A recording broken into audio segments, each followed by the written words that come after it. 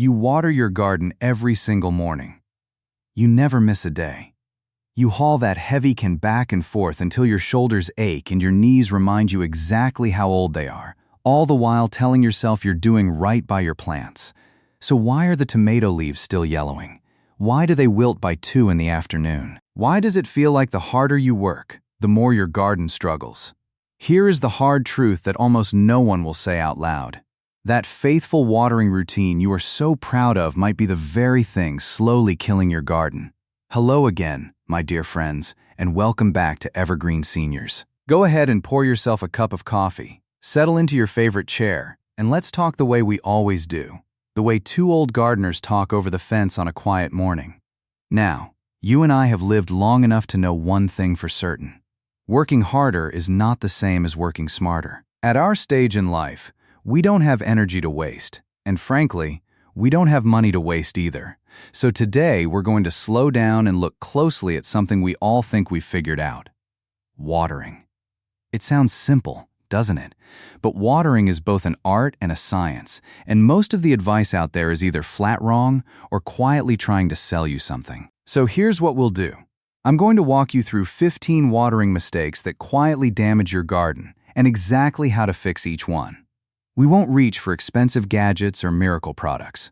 We'll lean on honest science, real researchers whose names you can look up yourself, and a few cost-free techniques so old your great-grandparents would have recognized them. And I'll be honest the whole way. Where the popular wisdom is wrong, I'll say so. Where a method has limits, I won't pretend it's magic. That's the EverGreen promise. So let's stroll out to the garden together and begin. Mistake 1. The daily light sprinkle. The first mistake is the one most of us make before our coffee has gone cold. We step outside every morning, take the hose or the can, and give everything a quick, light drink. The surface turns dark and damp, we feel that little glow of satisfaction, and we head back inside. But beneath that pretty wet surface, something troubling is happening. A light daily sprinkle only wets the top inch or two of soil, and roots are not foolish, they grow toward the water. So when the only moisture they ever find sits right at the surface, your plants build short, shallow root systems that huddle near the top. That makes them completely dependent on you.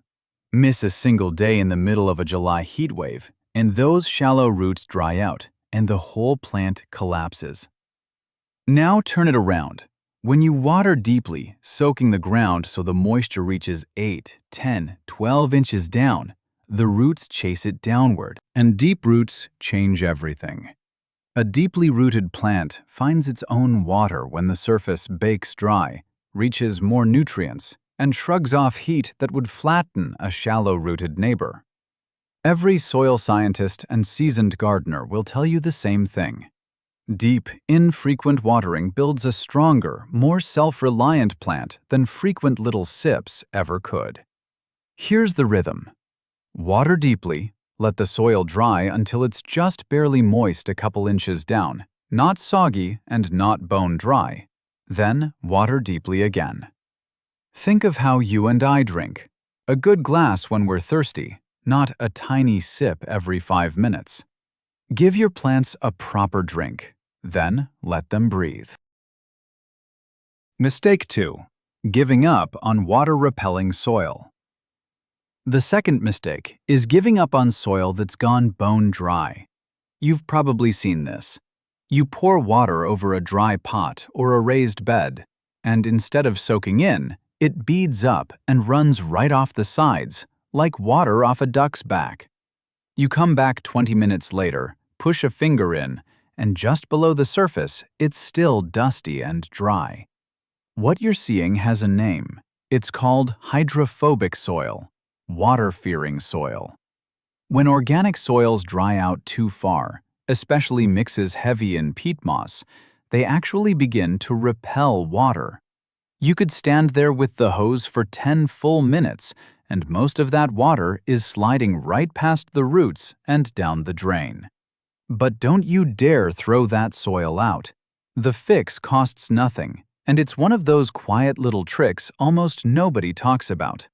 I call it water, wait, water. First, give the bed or pot a quick, light pass, just enough to dampen the surface. Then, walk away. Go check another bed, pull a few weeds, sit on the porch for 10 or 15 minutes. In that time, the surface softens and its pores open back up. When you come back for the real, deep watering, the water sinks in beautifully, 4, 5, 6 inches down, because you've primed the soil to accept it. It takes a little patience, and patience, my friends, is the one thing we've earned plenty of. One last tip. If you're mixing fresh soil this year, choose coconut coir over peat moss because it re-wets far more easily once it dries. Mistake 3. Watering the leaves instead of the roots. The third mistake feels so natural, it's hard to believe it causes trouble. We stand back and spray the whole plant from above, top to bottom, like a gentle rain. It looks kind, but watering the leaves instead of the roots is both wasteful and risky. When you spray from overhead, much of the water lands on the foliage and simply evaporates before it ever reaches the roots, where the plant actually drinks. But there's a sneakier danger. When water hits bare soil hard, it splashes tiny specks of dirt up onto the lower leaves, and that soil can carry disease. Splashing is exactly how soil-borne troubles like septoria leaf spot and early blight climb up onto your tomato plants, and how water molds like Phytophthora get their start. One careless spray, and you've sown the seeds of a disease you'll be fighting all season. So water at the base. A soaker hose, a drip line, or a simple long-handled watering wand sends the water straight to the soil where it belongs. And I love a watering wand at our age because it extends your reach so you water right at the root zone without bending over every plant. Your back will thank you. Now let me be honest, the way I promised. The fear of wet leaves is a little overblown. Cool season crops like cabbage, cauliflower, and lettuce evolved for damp weather and handle a wet leaf just fine. The real danger zone is when tomatoes, peppers, and squash are setting fruit. That's when wet leaves overnight turn into disease. So the simple rule is this: when in doubt, water the soil, not the plant. Mistake 4. Overlooking the ancient clay pot, the olla. The fourth mistake is overlooking one of the most beautiful watering tools ever invented, simply because no store ever bothered to advertise it to you. And that's worth pausing on. Some of the best gardening methods weren't forgotten because they stopped working. They were forgotten because nobody could patent them and sell them back to you every spring. There's no profit in a method that costs $3 and lasts a lifetime, so it quietly slipped out of the catalogs. Today, we're dragging this one back into the light. It's called olla irrigation, and the idea is astonishingly old. A Chinese farming manual called the Fan Shengji Shu, written more than 2,000 years ago in the 1st century before Christ, already described burying unglazed clay pots in the soil to water crops. It likely goes back even further, and versions of it turn up among Persian farmers and Native American communities in some of the driest land on Earth. These were people who could not afford to waste a single drop, and this is the method they trusted. Here's how it works, and the science is genuinely lovely. You bury an unglazed terracotta pot in the soil, fill it with water, and cap the top. Because the clay is porous and unsealed, water seeps through its walls, but only as fast as the surrounding soil pulls it. When the soil is dry, it draws water out through the clay. When the soil is already moist, the flow slows down or stops on its own. The plant takes exactly what it needs, and no more, with no timer, no electricity, and no effort from you. And the numbers hold up. According to the University of Arizona Cooperative Extension, olla irrigation can save as much as 60 to 70% of the water you'd use with an ordinary watering can, because nothing evaporates and nothing runs off. And you can make one for a few dollars. Seal the drainage hole of an unglazed terracotta pot, bury it up to the neck, cap it with a stone to keep the mosquitoes out, and plant around it. In high summer, you might refill it only once a week. One honest limitation, because I won't sell you a fairy tale. Oyas work best in sandy and loamy soil. If your ground is heavy clay, work some compost in around the pot first.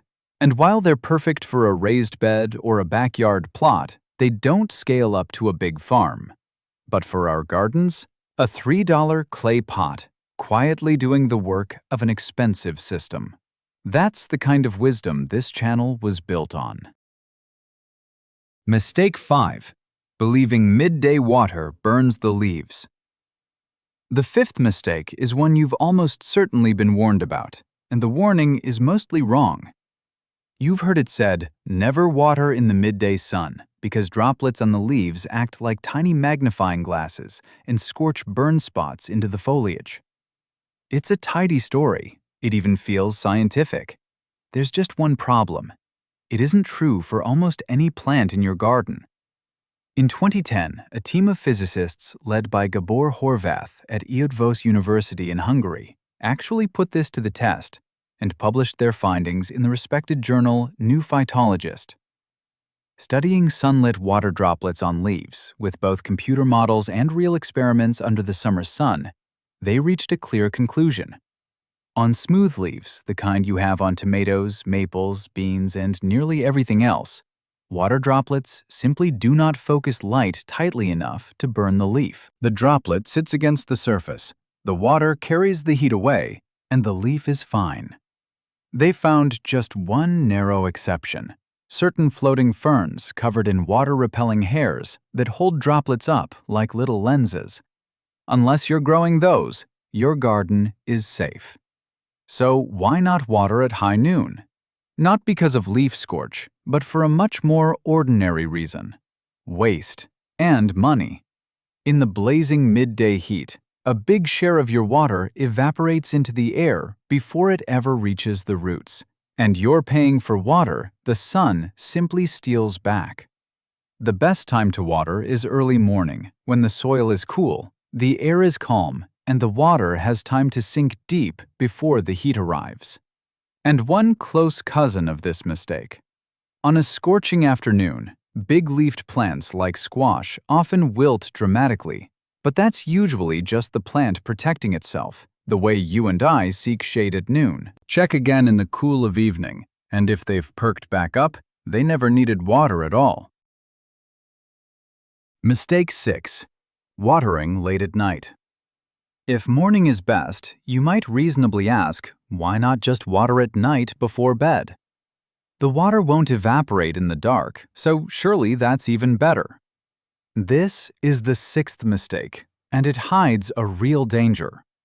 When you water late in the evening, especially over the top of the plant, the foliage stays wet all night, with no sun or warm breeze to dry it off. And damp leaves sitting in the still, cool darkness are an open invitation, the exact environment fungal spores and bacteria love best.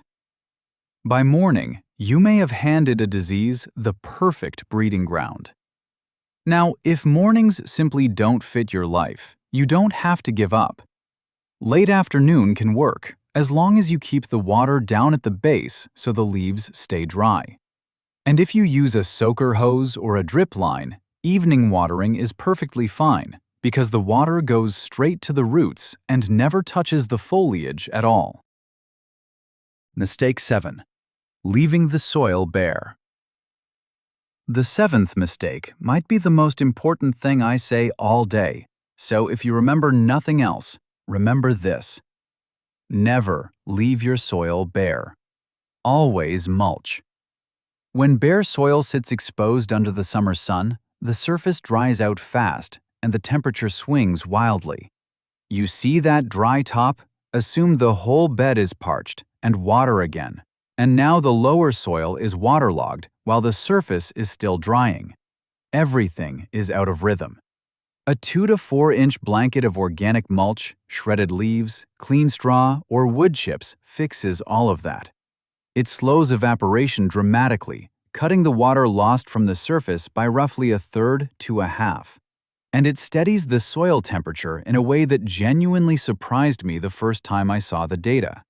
At the Bartlett Tree Research Laboratory in Charlotte, North Carolina, researchers including Dr. Thomas Smiley measured this during the hottest stretch of summer. Under bare soil, the daily temperature swung by more than 21 degrees. Under wood chip mulch, the swing was about 9 degrees. And under a layer of fallen forest leaves, just 5. That's the difference between roots living in a calm, steady home and roots riding a daily roller coaster of heat and cold.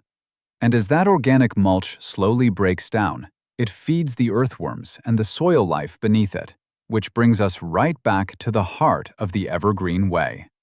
Don't feed the plant, feed the soil, and let the soil feed the plant. Just keep the mulch pulled an inch or two back from the stem itself, so the base can breathe and doesn't rot. Mistake 8. Treating every plant the same. The 8th mistake is treating every plant in your garden like identical twins. One sprinkler, one schedule, everybody gets the same. But a garden isn't an army marching in step. It's a community of very different individuals with very different thirsts. Leafy crops like lettuce, spinach, and chard have shallow roots and stay tender only with steady, even moisture. Let them dry out, and they turn bitter and bolt. Fruiting plants like tomatoes and peppers want deep, consistent watering, least forgiving right when the first fruits are setting. And then there are the tough customers. The onion family is surprisingly drought-hardy once established, and will actually rot if you keep it as wet as your lettuce. So get to know your plants as individuals, the way you know which neighbor takes their coffee black and which one wants 3 sugars. The simplest trick is to group plants with similar thirst together in the same bed. Then one watering serves the whole group properly, and you're never drowning the herbs just to satisfy the squash. Mistake 9. Misunderstanding blossom end rot. The 9th mistake breaks more tomato growers' hearts than almost anything else, and it's rooted in bad advice. You've seen it. Those ugly, sunken, leathery black patches on the bottom of a beautiful ripening tomato. It's called blossom end rot, and the moment you look it up, a chorus of websites will tell you it's a calcium deficiency and send you running to bury crushed eggshells or pour milk around your plants. Here's the scientific truth. Your soil almost certainly has plenty of calcium already. The problem is almost never a shortage. It's delivery. Calcium is a heavy, slow-moving nutrient that can only travel up into the fruit on a steady, unbroken stream of water pulled through the roots. When you let this soil swing from bone dry to flooded and back, that delivery gets interrupted at the worst possible moment, just as the young fruit is racing to grow. So adding more calcium to soil that already has enough is like pouring more gasoline into a car with a broken fuel line. The fix isn't calcium at all. It's consistent, even moisture. Deep watering on a steady rhythm with a good layer of mulch to hold that moisture in. Fix the delivery, and the rot disappears. Mistake 10. Destroying the hidden fungal network. The 10th mistake is destroying something miraculous beneath your feet without ever knowing it was there. Under healthy soil runs a vast, living network of beneficial fungi called mycorrhizal fungi, threads far finer than a human hair woven all through the earth. This is not some fringe idea. Somewhere between 80 and 90% of all land plants on Earth form a partnership with these fungi. It's one of the oldest deals in nature. The plant feeds the fungus sugars it makes from sunlight. In return, the fungal threads reach out far beyond the plant's own roots into tiny pockets of soil the roots could never touch and bring back water and nutrients. And the water part is real and measured. Back in 1991, a researcher named Faber and his colleagues ran a careful experiment. They found that plants with their fungal network left intact moved about 37% more water than plants whose fungal threads had been cut. Think about that. Roughly a third of a plant's water can come through this hidden fungal highway. Water its own roots would never have found alone. So, how do we protect it? Stop tilling and digging more than you must, because every pass of the tiller slices these delicate threads apart. Lay down wood chips and compost. Disturb the soil as little as you can, and the fungi will quietly do the heavy lifting of feeding and watering your plants. Our job was never to do all the work. It's to stop getting in nature's way.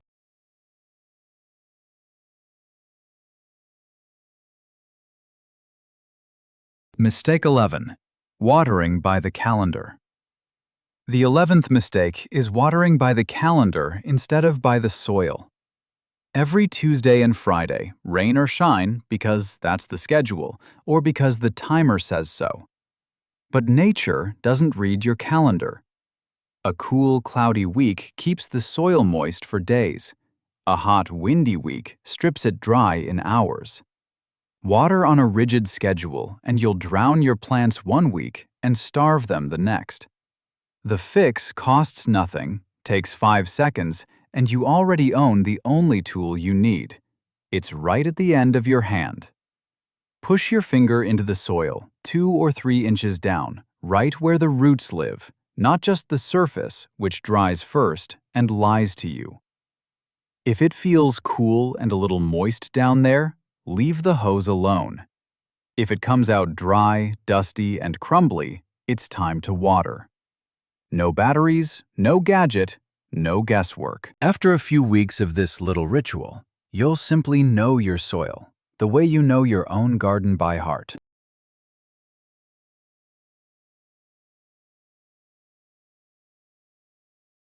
Mistake 12.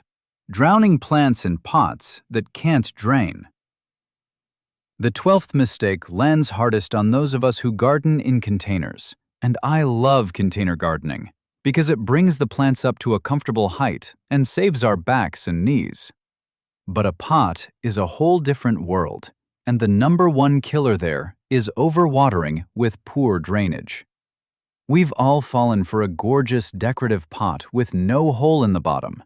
You water it, the excess has nowhere to go, it pools at the base, and the roots suffocate and rot. And here's the cruel trick. A plant with rotting roots wilts, which looks exactly like a thirsty plant, so people pour on even more water and finish it off.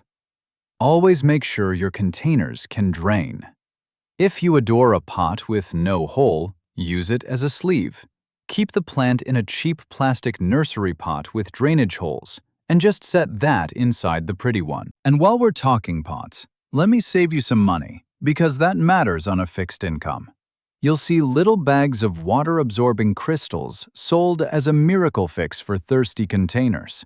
Dr. Linda Chalker Scott, a horticulture scientist at Washington State University who has spent years testing garden myths in the laboratory, looked hard at these. Her finding was sobering. The water those crystals hold isn't reliably handed over to the plant, and the polymer breaks down within a few years anyway. So save your dollars. A little extra compost in the mix and a layer of mulch on top will hold moisture better and feed your soil while they're at it.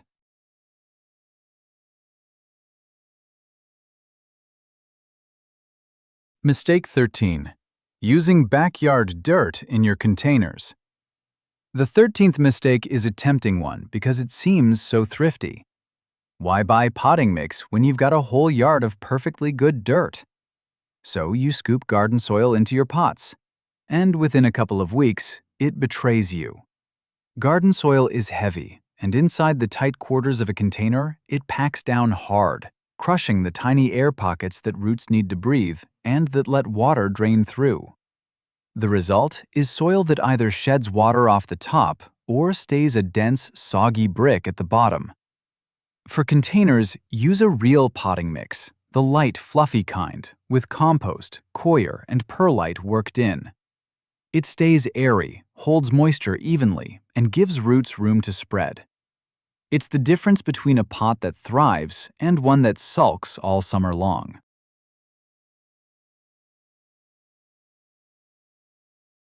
Mistake 14. Planting a tiny seedling in a giant pot. The 14th mistake comes from a kind heart.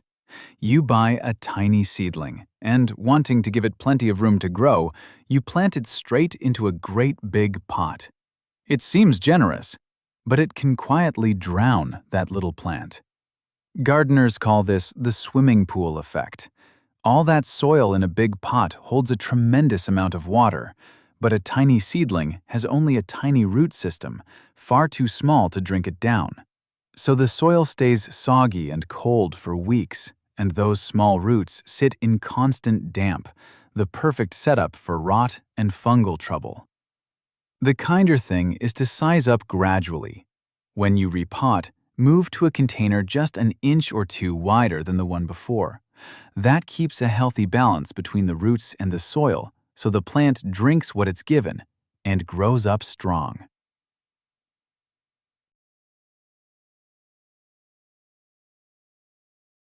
Mistake 15. Shocking your plants with ice-cold water. The 15th and final mistake is one almost nobody thinks about: water temperature. On a baking summer day, blasting a delicate plant with ice-cold water straight from a deep well or a metal hose left in the shade can give its roots a genuine shock. Picture stepping into an ice-cold shower when you're hot and tired. Your whole body seizes up. Tender plants, especially tropicals and young seedlings, react much the same way. That sudden cold can briefly shut down the root's ability to take up water, and you'll see browning leaf edges and stalled growth. Now, I'll be honest, the way I always am. Tough, established outdoor vegetables handle cool water just fine, so don't lose sleep over the tomato patch. But for sensitive plants and seedlings, it's worth the care. The easy fix is to keep a watering can or a bucket filled and let it sit out so the water warms to the air's temperature before you use it. And while standing water lets chlorine escape from city water, I'll be straight with you. Many towns now use a compound called chloramine instead. And that one does not simply evaporate away overnight. So count on sitting water mainly to take the cold edge off, not to purify itself. And your sensitive plants will reward you with steady, even growth.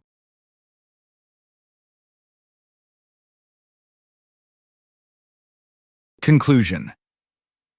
And there they are, my friends. 15 quiet watering mistakes and 15 simple, honest ways to set them right.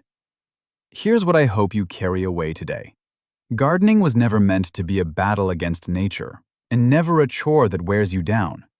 It's a conversation, a slow, patient, daily conversation with the soil, the roots, the water, and all that living world beneath your feet. And at our stage of life, we hold something precious that younger folks rush right past. We have time. Time to push a finger into the soil and listen. Time to lay down a blanket of mulch. Time to bury a simple clay pot and feel ourselves connected to farmers who did the very same thing 2,000 years ago. You don't need to change everything tomorrow. Please don't. Just pick one thing. Maybe you set down the daily sprinkle and try a good deep soak instead. Maybe you mulch one bed and watch how much longer it stays moist. Maybe you bury your first clay pot and let it quietly save your knees. Which you choose, do it gently and do it for the joy of it. You've earned that.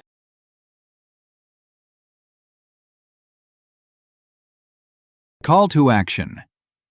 Now I'd love to hear from you.